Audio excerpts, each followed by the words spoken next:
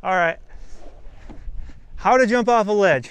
Okay, sometimes you're gonna be on a trail ride and you may come up to stuff like this, and half the time you see guys walking their bikes down it, and sometimes maybe you just have to because there's something in front of you that's gonna stop you from doing anything. But sometimes it could be just because you're not used to doing this kind of stuff.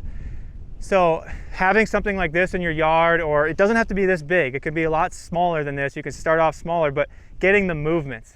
In general, maybe you should try landing flat, just both wheels flat, and then rolling out of it. Where I have my spot right here, I don't have much room to roll out, so I practice stopping really fast, because oftentimes on a trail ride you might have to just stop as soon as you land, and you might not have soft ground either. So it's good to have something like this to practice on and get used to that feeling.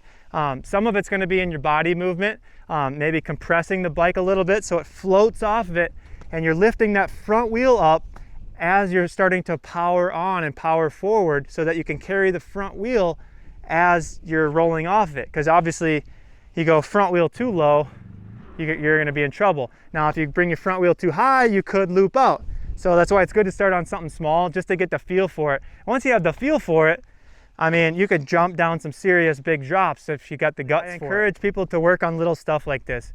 Get really small obstacles that you can work on lifting that front end up as you're going off something, and knowing how far it's going to drop or not drop or stay level. Like for example, like I did when I first jumped off this, I landed front wheel down. Now maybe I could land back wheel down and stop in the same way, but then I'm slamming my front wheel down, and that's going to want to drive me forward and potentially throw me off a cliff if I'm out on a gnarly trail ride. So we just want to work on control. Whatever it is that you're trying to do, make sure that happens when you attempt to do it, and if it doesn't, go back and try it again.